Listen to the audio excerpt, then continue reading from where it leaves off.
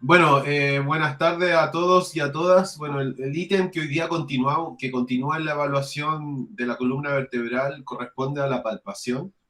Es el quinto ítem del planteamiento de evaluación que se encuentra en la mayoría de los exámenes físicos de los libros de traumatología y ortopedia.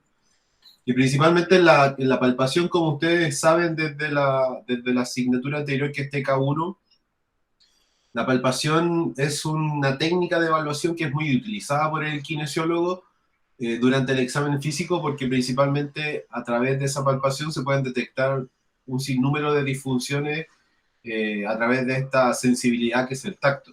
Desde cosas bien simples como es un poco hacer una evaluación cualitativa de la temperatura corporal,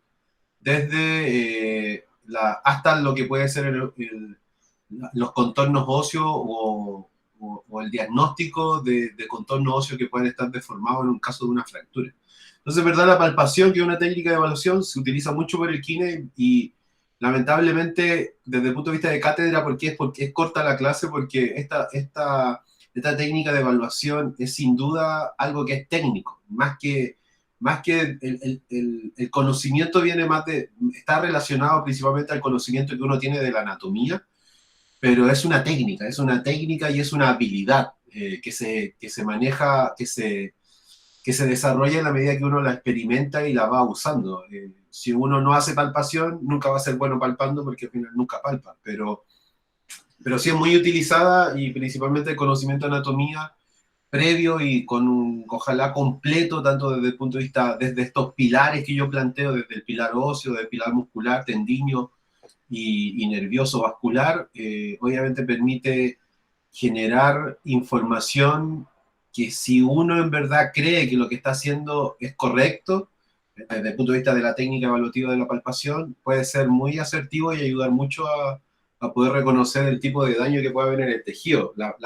Hay una cosa que es súper importante en esta técnica de la palpación, que eh, como nosotros trabajamos con el dolor también, la técnica se utiliza un poco en el uso de un efecto mecánico en el tejido para ver su respuesta. Es decir, nosotros no tocamos superficialmente, así como suavecito, para ver si la persona siente o no.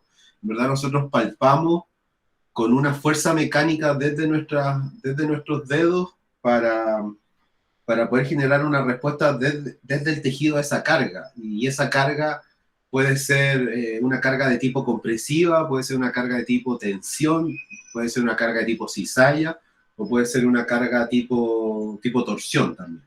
Entonces, bueno, ahí lo dicen en la presentación, es un acto que va a proporcionar mucha información sobre la forma, el tamaño, la temperatura, la consistencia, la superficie, la humedad, la sensibilidad y la movilidad. Y por lo tanto, desde esta terapia manual, que un poco es la línea que arma un poco la clase, se proponen de que hay 4 tipos de palpación. Hay una palpación que es en búsqueda de puntos sensibles, que son como los puntos que le duelen a la persona o el motivo de consulta del usuario.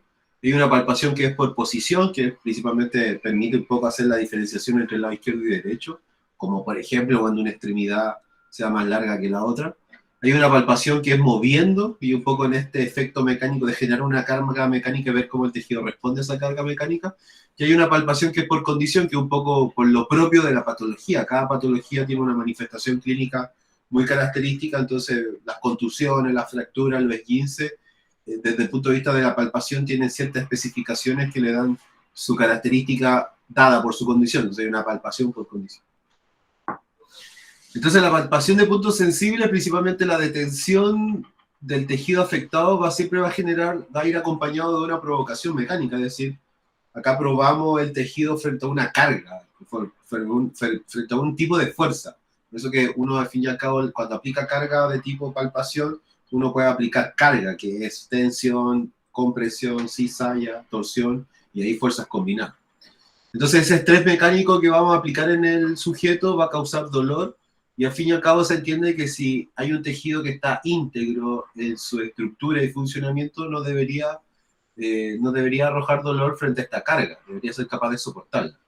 Y un poco en el detalle es al fin y al cabo medir la cantidad de resistencia tisular que tiene el tejido a una carga específica que la da uno a través de la palpación. Entonces, las estrategias siempre se van a...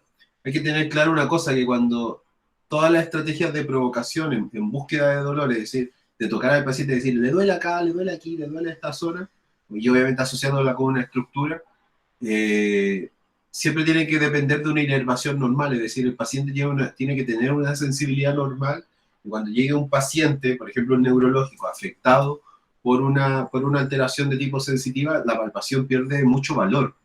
Se puede utilizar, pero pierde mucho valor porque si el paciente no siente lo que él diga de lo que siente, no es totalmente válido, porque se entiende que hay un desorden desde el sistema aferente o desde el sistema nervioso. Entonces, obviamente, si nosotros vamos a palpar en búsqueda de estos puntos sensibles, de exacerbar la sintomatología del paciente, la palpación de puntos sensibles hay que tener ojo, pues no se puede llegar y palpar así a diestra y siniestra, medio así chacal, así como en el sentido de que yo quiero que el paciente le duela cuando yo lo toco, que es un poco lo brusco, sino que más que nada es una carga, es la carga que el tejido es capaz de aguantar, y obviamente, y eso está un poco relacionado con la contextura también del sujeto. Pero hay que tener ojo en este ítem, principalmente porque quizá en esa palpación brusca que queremos ahí, porque el paciente dice que puede aguantar más, entonces lo tocamos más fuerte, podemos reforzar el circuito doloroso. Entonces, con los pacientes que estén con un cuadro doloroso agudo y con un EVA importante, intenso, de 7 hacia arriba, hay que tener cuidado con que esa manifestación mecánica del tejido, esa respuesta tisular, no vaya en el fondo a generar un circuito de retroalimentación positiva que mantenga el cuadro doloroso del paciente. Como que la palpación tiene que generar un efecto mecánico, pero eso no puede reforzar el cuadro que ya tiene el paciente. No le podemos dejar más dolorido al paciente porque lo palpamos o queríamos buscar algo en la palpación. Bueno, la palpación por posición acá cambia, porque al final de cuentas, claro, antes hablábamos de estructuras que tenían que ver con las extremidades superiores e inferiores, ¿no? Acá está descrito las zonas que uno debería palpar en búsqueda quizás de esas alteraciones de posición. En una escoliosis es muy evidente que la palpación de los procesos espinosos va a ser de una columna normal y de una columna con la escoliosis va a ser muy distintiva una palpación de los procesos espinosos, porque se van a sentir las rotaciones al lado contrario de la escoliosis además, y es principalmente como los sitios de palpación en la columna son muy distintos a las extremidades superiores e inferiores, porque al final son como siempre las mismas, es decir, tanto a nivel cervical, torácico, lumbar, siempre vamos a palpar lo mismo. Entonces, principalmente acá se hace una descripción de ciertas estructuras anatómicas que se puedan palpar en la columna y que ayudan a esto de un poco de la palpación por posición. Ustedes tienen que entender que palpar la columna vertebral es algo que es más difícil aún que de lo que cuesta en extremidades, y tener un manejo de la habilidad en una categoría alta, obviamente eso va a permitir que uno después sea capaz de poder hacer estos ajustes que a veces se ven tan fantásticos porque suena, pero que en verdad lo sorprendente de ello es principalmente el manejo técnico que hay detrás del operador. Entonces, principalmente acá los sitios de palpación en la columna como que se utilizan mucho para ver temas de posición son la sacroiliaca. La sacroiliaca tiende ahí como cuando hay alteraciones graves a posicionarse de una manera incorrecta.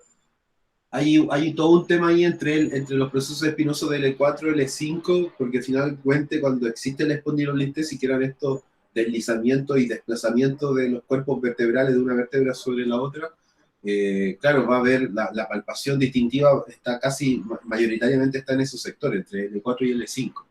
De hecho, también guarda mucha relación con los patrones de inestabilidad laterales, que eran los lateral shift.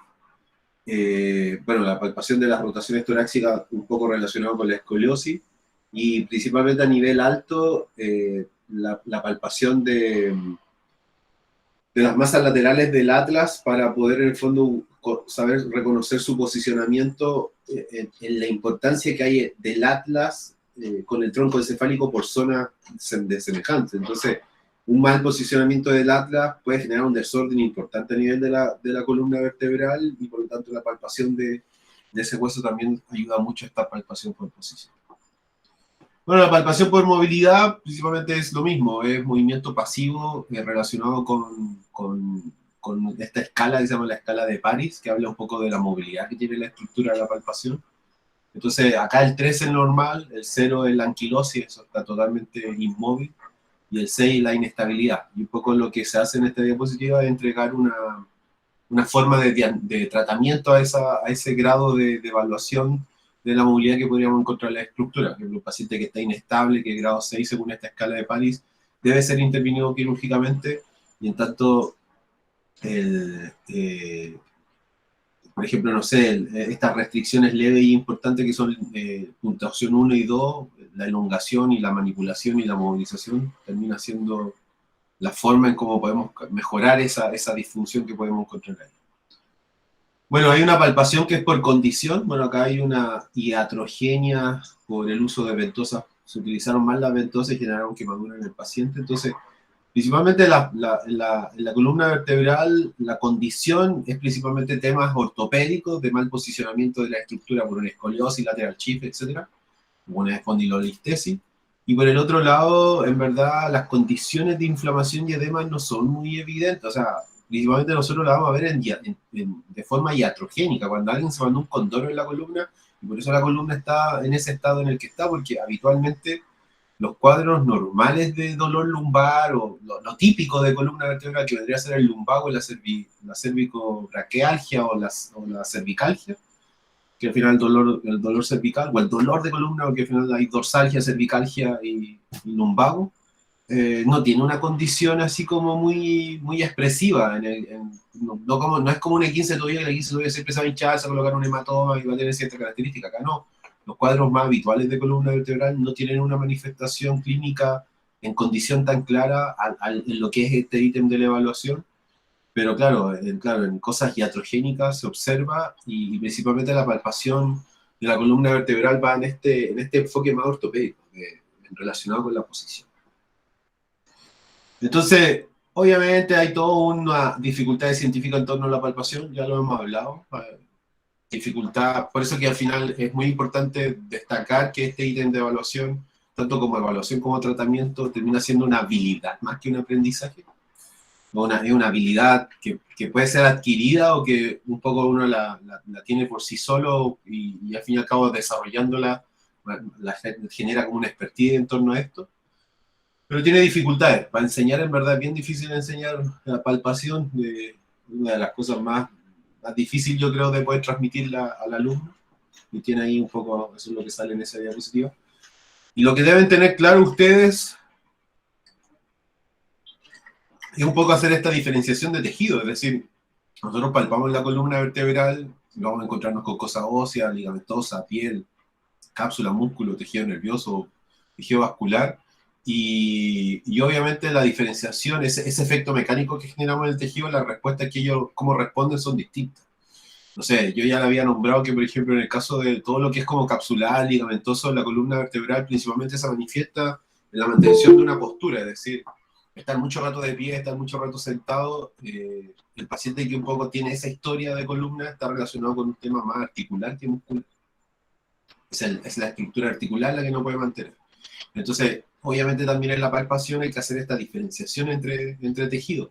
Entonces, siempre hay que palpar la piel, el tejido subcutáneo, el tejido óseo, el tejido ligamentoso, el muscular, el vascular y el nervioso, y un poco la especificación en cada uno de ellos. En el caso de la piel, observar si hay aumento o disminución de temperatura, cómo está la humedad de la piel, cómo están las cicatrices, si es que le hay, porque hubo una intervención quirúrgica, hacer el scratch tech, que es este tema de levantar la piel y ver cuánto se separa de la capa del tejido de abajo. Si no se separa, usted imaginarse qué es lo que está pasando entre el tejido muscular y la fascia, por ejemplo.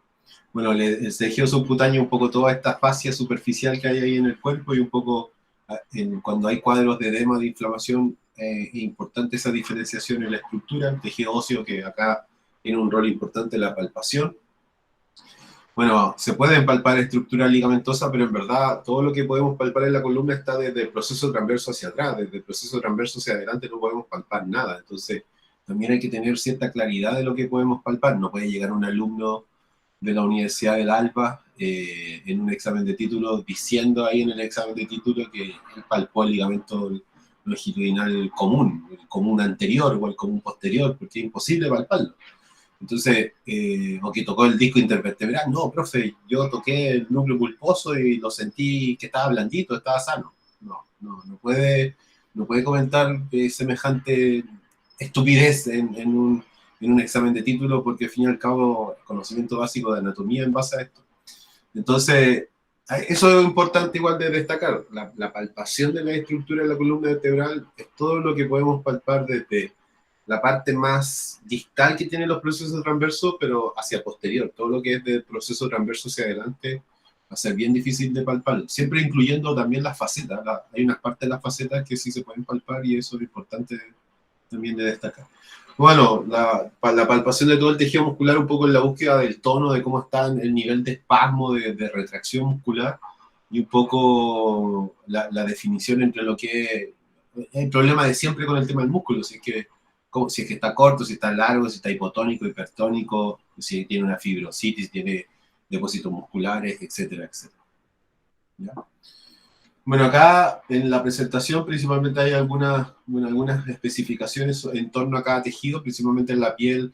Muy importante evaluar la temperatura y evaluar las zonas que pueden estar inflamadas, evaluar la humedad de la piel, si está seca, cómo están los procesos de cicatrización y realizar este scratch test, que es levantar la piel. De hecho, acá hay un scratch test realizado en lo que es el tejido subcutáneo. Y un poco hoy día con lo que va a terminar, una cosa muy importante, de hecho este test también, yo se lo voy a decir, es el test de pliegue de Clive, pero una cosa importante relacionada con el tejido óseo es que la palpación en el tejido óseo de la columna vertebral es de tipo compresivo, es sobre los reparos óseos, un poco en esta mecánica de respuesta frente a esa carga. Entonces una cosa que es importante destacar acá es que los procesos espinosos de las vértebras están relacionados óseamente con alguna estructura de extremidad superior e inferior. Por ejemplo, la espina de la escápula habitualmente está a la misma altura de T3. C7, nosotros sabemos palpar C7 porque principalmente la vértebra cervical 7 es la vértebra prominente. Entonces, la diferenciación entre C7 y T1 uno la hace con la vértebra que tiene movimiento. C7 debería tener más movimiento que T1 porque T1 está ligado a las costillas. Entonces, de ahí partimos, después T3, ¿dónde la puedo palpar? Bueno, a la altura de la espina de la escápula. Luego, el proceso espinoso de T7 lo puedo relacionar con el ángulo inferior de la escápula. Luego, la última costilla la puedo relacionar con el proceso espinoso de T12. Y principalmente las crestas ilíacas, lo puedo relacionar, la altura de las crestas ilíacas, lo puedo relacionar con la zona donde está el proceso espinoso de L4. Entonces, con esos puntos de referencia, hago un poco el esquema de palpación de columna vertebral. Yo voy tocando y un poco voy haciendo el enmarcaje de la zona. Este paciente tiene lumbago, tiene dorsalgia o tiene cervical. ¿Ya?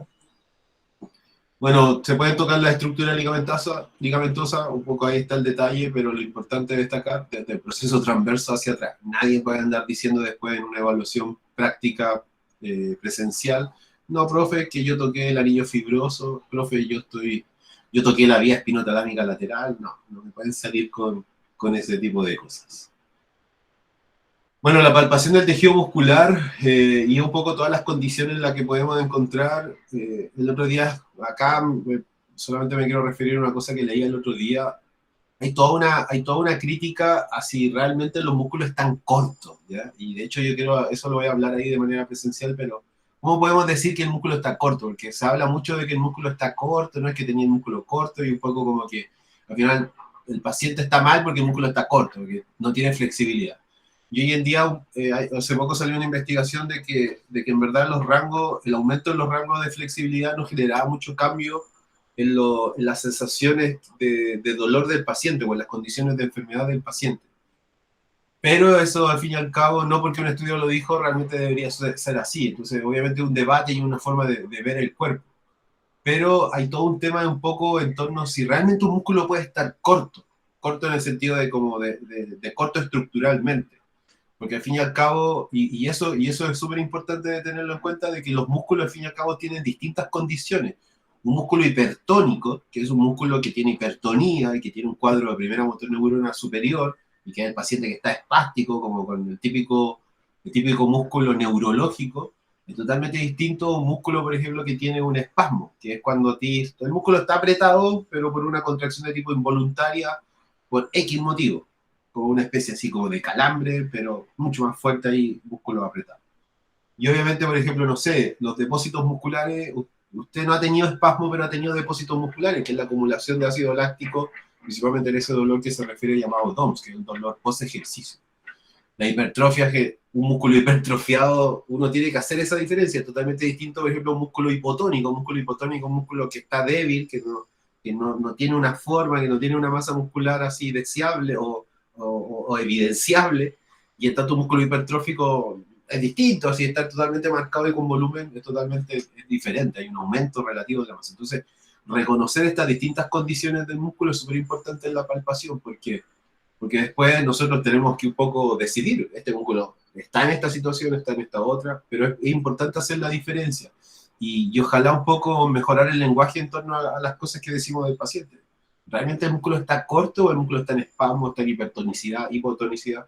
Porque al fin y al cabo, si uno sabe el concepto, uno entiende en qué condición está ese tejido cuando hablamos entre colegas, pero dejar un poco de ese lenguaje quizás vulgar de que no, que el músculo está corto. ¿Y cómo tú sabes que el músculo está corto? ¿Por qué? Porque está en espasmo, tiene una fibrositis, una hipertrofia. Es distinto al lenguaje. Y el último, bueno, principalmente un poco las condiciones musculares pueden ser involuntarias, de tipo química voluntaria, por acortamiento adaptativo. Ese es un músculo corto, que tiene acortamiento adaptativo. Y principalmente, bueno, la palpación en el tejido vascular y nervioso también tiene que estar relacionado con una clínica y con una anamnesis que está relacionado con ese sistema nervioso y ese sistema vascular. La gente que tiene problemas en el sistema nervioso va a manifestar cosas del sistema nervioso, espasmo, o sea, perdón, hipertonicidad, hiperreflexia, pérdida de sensibilidad, hiperalgesia, alodinia, etcétera, etcétera, etcétera. Y en el caso de los temas vasculares, principalmente hay rasgos de hipoxia, cuando el paciente, o por ejemplo, de varices. Entonces es súper importante de entender de que la palpación de las estructuras nerviosas y vasculares también están relacionadas con una sintomatología que viene desde esa anamnesis, historia y entrevista que tuvimos con el paciente. Pero igual, sigue siendo lo mismo. La palpación sigue siendo compresiva o de evaluación de la respuesta del tejido frente a una carga mecánica. Y siempre teniendo en cuenta que estas cargas mecánicas no siempre son compresivas, sino que también pueden ser tensiones, cizallas, torsiones, etc. Bueno, mañana principalmente voy a hablar un poquito más del detalle de lo que hay que palpar y por qué hay que palparlo, y en la zona un poco de hablarle un poco del tema de cómo se palpa y cómo hay que hacerlo, pero obviamente esto pasa a ser algo práctico. Entonces cuando lo veamos de manera práctica, es un poco lo mismo que le decía el día anterior. La idea es que lleguemos con algo a esas clases presenciales. Así que nada, pues yo estoy listo hoy día. Mañana continuamos con este tema de la palpación y lo vamos a terminar. No sé si tienen alguna duda o consulta. Hoy día están ausentes. Hoy día sí que están calladitos, no han hablado casi nada. Ni hola me dijeron, ni buenos días me dijeron. Así que, bueno, ahí va.